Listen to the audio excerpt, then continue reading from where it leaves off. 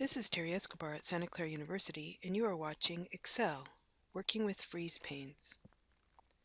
Freeze panes is a feature in Microsoft Excel that allows a row or column to lock in place, making it always visible when scrolling vertically or horizontally through an open document.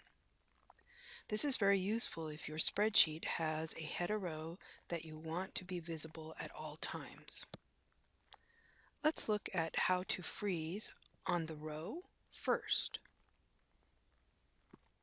In this workbook, we have a worksheet called Row Title.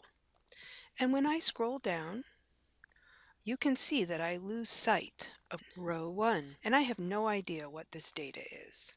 It's a lot of numerics with just one column, column I, having somewhat of a description. So let's go back to the top. Remember, our shortcut back to the top is Control Home. It would be helpful if I could freeze row 1 to keep it visible at all times. This feature is available under View, under the Window section, Freeze Panes, and I'll choose Freeze Top Row. Now that I've frozen the top row, I can scroll vertically down the page, and I can see that column D is horsepower versus column F, acceleration.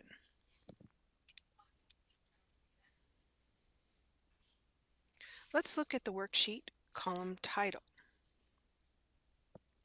In this particular case, we're looking at student data. When I scroll horizontally across, I lose sight of what student I'm looking at.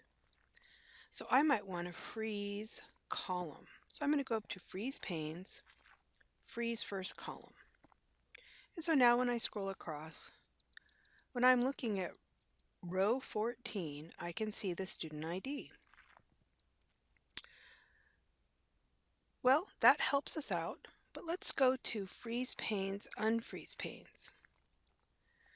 In practice, I would say I don't think of my students as IDs. I only think of them by name. So I need a way to freeze column A and B.